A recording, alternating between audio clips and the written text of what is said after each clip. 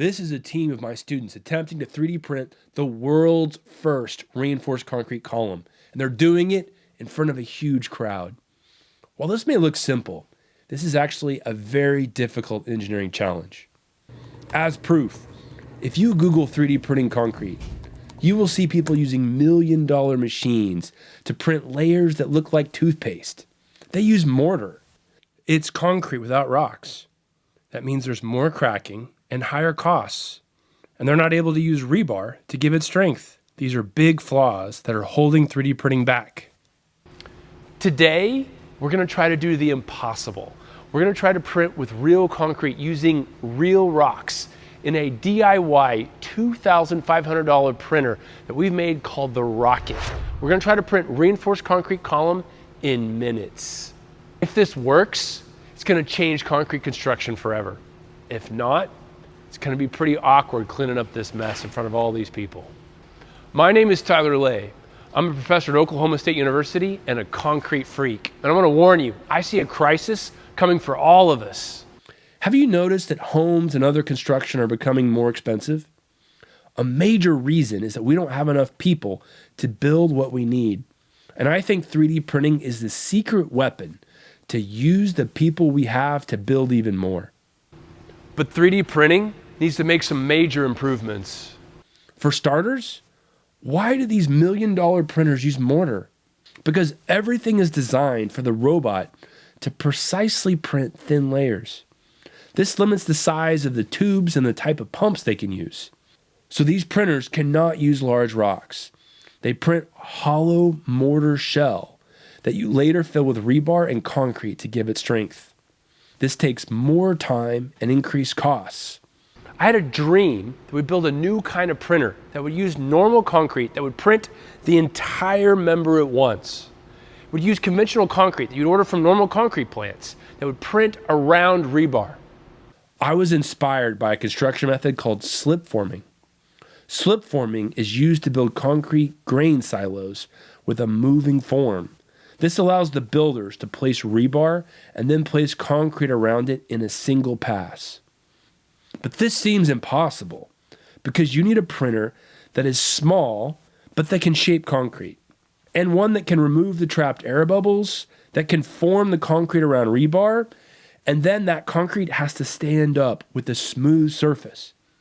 It also has to happen fast, or no one will use it. We also want to do this by using common equipment like a crane or a hoist. This will make a really useful printer that anyone can use. To make this dream a reality, I made this a project in my senior design class. This is the final class engineers take before they graduate. The students combine everything they've learned to solve an engineering problem. I had 5 students on my team and 2 outside helpers. I met with them each week, and I pushed, coached, planned, and celebrated with them. But to be honest with you, I wasn't sure if they were going to make it. The students only had $2,500 and 3 months to complete the project. $2,500? That's barely enough to buy a gaming laptop.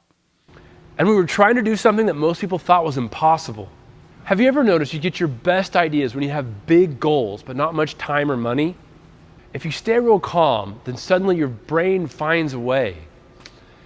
And pop, some great idea comes in your head. In this project, we needed a lot of great ideas. For example, how do you force concrete into the right shape? We started out making a funnel so that gravity forces the concrete down a tube that shapes the column. Next, 4 external vibrators were used to shake the concrete into place around the rebar and create a smooth surface. We thought the vibrators around the tube made the machine look like some weird spaceship, so we started to call it the Rocket. So the next challenge is, how do you stop the concrete from collapsing after it comes out of the bottom? This is challenging because the concrete's a balancing act. You need the concrete to be liquid enough to flow when it's vibrated, but solid enough to stand up the moment it leaves the rocket. Instead of focusing how hard this is, we looked at the problem in a new way. We were inspired by our favorite engineering game, Jenga. In Jenga, when you remove a block, it's against the rules to use your other hand to steady the tower. But this isn't Jenga, so we decided we should use something to hold the column steady as we printed it. This led us to invent the drag box. The drag box is a tube that's dragged behind the rocket as it moves up. The drag box is isolated from vibration, so it can steady the concrete as it's being printed. This is just like playing Jenga and using your other hand to hold the tower. So now, I get to live out my Jenga dreams while printing concrete with the rocket. One cool thing about the rocket is that it runs off an 18-volt drill battery and an Arduino microcontroller. This allowed us to use a phone to change the vibration depending on the concrete mix and control a cool feature called the knife door. The knife door literally cuts the concrete at the top of the print to create a smooth finish. It also holds extra concrete inside the rocket for the next column. Man, that is so smooth. We were making good progress, but it was time to get ready for the Engineering Expo. This is a huge event at Oklahoma State where the students have a show and tell over their projects for their classmates and all their professors. And this year, there was a rumor that Dr. Hess, the president of the university, was going to come. We were given a small space inside a classroom building, so we rigged up a pulley system and had to overcome about 1,000 other issues that came up that I don't want to bore you with. The day of Expo came, and things started to get dramatic. There were issues making the concrete, the building was packed with people to see us print, and I wasn't feeling super confident because there were so many things that could go wrong. One wrong move and we'd have a huge mess. But the team didn't let this hold them back. They pulled together and printed an amazing 3-foot high or 1 meter tall column in only 5 minutes. Look at that surface. This is a 3D printed column. No layers, no cavities, just a perfect column. The crowd went crazy, and everyone wanted to take a picture and talk to us about the project, including President Hess. We won the Zinc Innovation Award, the top prize at Expo. But this isn't about winning awards. This is about bringing a dream to life and showing something much bigger is possible.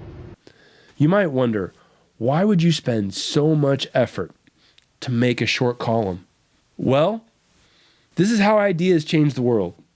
We just proved that the rocket works, and this is an important step to going higher and making even bigger structures. For example, you don't climb a mountain by taking one giant leap. You climb it by taking small steps. You make change by having the guts to try something everyone else thinks is impossible. And then you realize that the rules most people live by may not apply to you. I'm on a mission to build roads, buildings, schools, homes, and bridges out of concrete that will save you money and last hundreds of years. I want to build projects that will help the environment, protect you from fires, tornadoes, and earthquakes. I believe the rocket is a giant leap forward in building in a smart way what all of us need. If you know someone that you think would like this video, please share it with them, and I'll post more information in the notes section below. Please like, subscribe, and leave me a comment. Thank you so much, everybody. Bye.